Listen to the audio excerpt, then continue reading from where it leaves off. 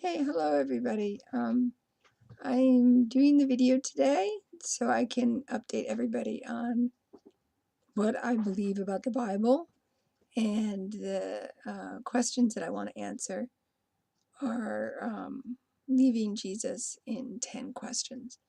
So the first question is, when did you lose your faith in the New Testament?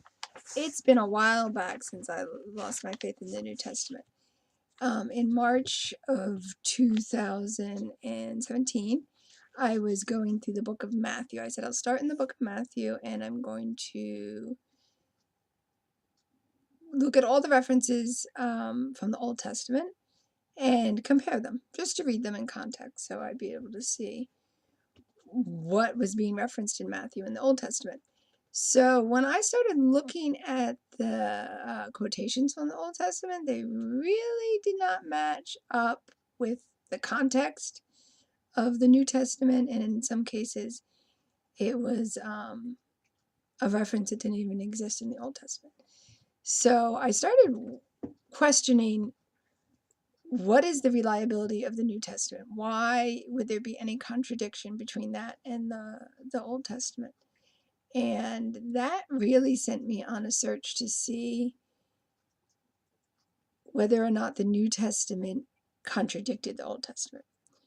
And when I looked deeper and I started looking at what was written in the Old Testament and what was written in the New Testament, they were very different. Verses that were quoted by Paul, where he lopped off the end of certain verses and completely altered the meaning of them. So my first question is, that was my first question. When did you lose your faith? That was in March of 2017. When you began your journey out of Christianity, what was your faith? At the time that I left Christianity, people would use the label Messianic believer. This means that I had already started, I believed that the Sabbath was God's chosen day of rest, that the Torah is for all time, and that it was important to still keep the Torah, that is for the Word of God for all time. Okay, question 3. How did it make you feel when you questioned the New Testament? If you have always been a Christian and you start questioning the New Testament, you feel like you might be struck by a bolt of lightning, or that your salvation is completely doomed, your relationship with God is gone, because that's what the writings would tell you. Did you lose faith in Jesus at the same time? And what events led you to question the New Testament? Yes, I'd say my faith in Jesus would be completely tied in with the New Testament, because what is the point of writing the New Testament if it's not about Jesus? So if the words that were written about Jesus and the entire plan of salvation, quote unquote, that would make you question Jesus. And I don't believe that I ever thought of him as God per se. Anyway, I thought he was, I don't know what I thought, but it was not a clear, it wasn't a clear image. I always believed that I was talking to God, and Jesus was somebody that was going to keep me out of hell. What events led you to question the New Testament? I just gave that answer in my first one.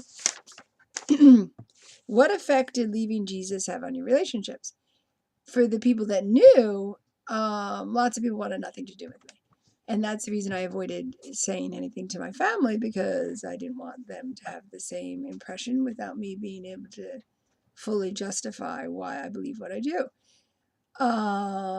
Because when my family found out that I believed in the Sabbath and keeping the Torah, the reception wasn't so good. So I didn't feel that this decision of mine would go over so well. Is your understanding of a relationship with God different now than before? Absolutely different, because before there was always this unknown in between guy, Jesus, that kept you from God.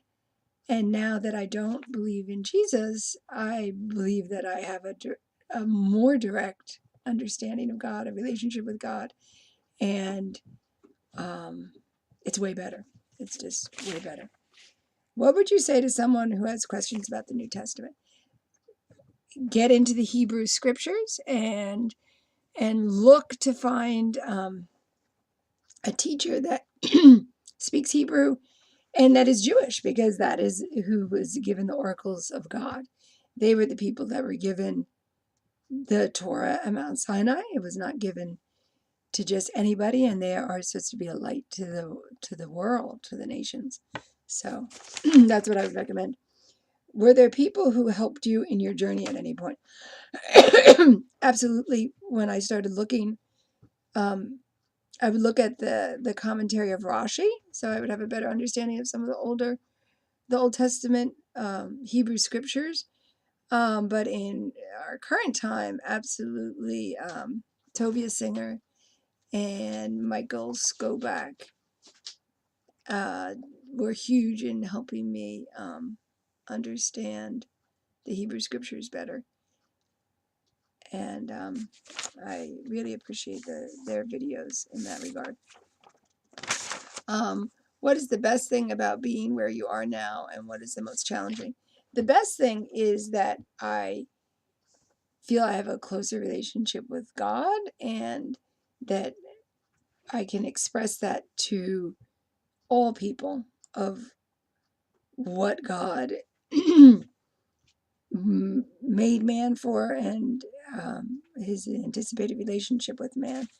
The most challenging is that the people that believe the same thing as I do live all over the world, but there's not many near where I live. And that makes it more difficult. I'm thankful that my family believes as I do, my immediate family, my husband and my children. If I could go back and change one thing, what would it be? And I'd have to say, if I went back and one thing, it would be that when I was a Christian, that I actually challenged what I believed, because there's nothing wrong with challenging it. If you wanted to,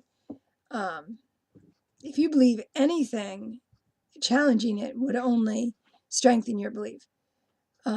If I believe that the sun rises every day and I want to challenge that belief, am I going to say that the sun doesn't rise? Absolutely not. The sun rises every morning. And my challenge to that isn't going to change it. By challenging the New Testament, I was able to see that it is not the truth. And especially when you look at the theology of Paul, he made up a new religion. And when you see that the Gospels were written by 4 anonymous men, we don't know for sure who they were. That's what I'm going to base my eternity on, so supposedly. God himself does not speak in the New Testament.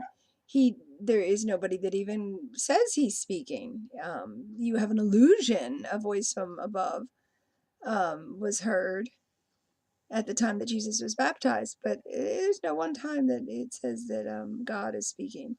And in the Hebrew scriptures, God is always speaking. He speaks to his servants, and he speaks to his prophets. And I just wanted to share what I believe, and I hope this is helpful to someone. And thanks for listening.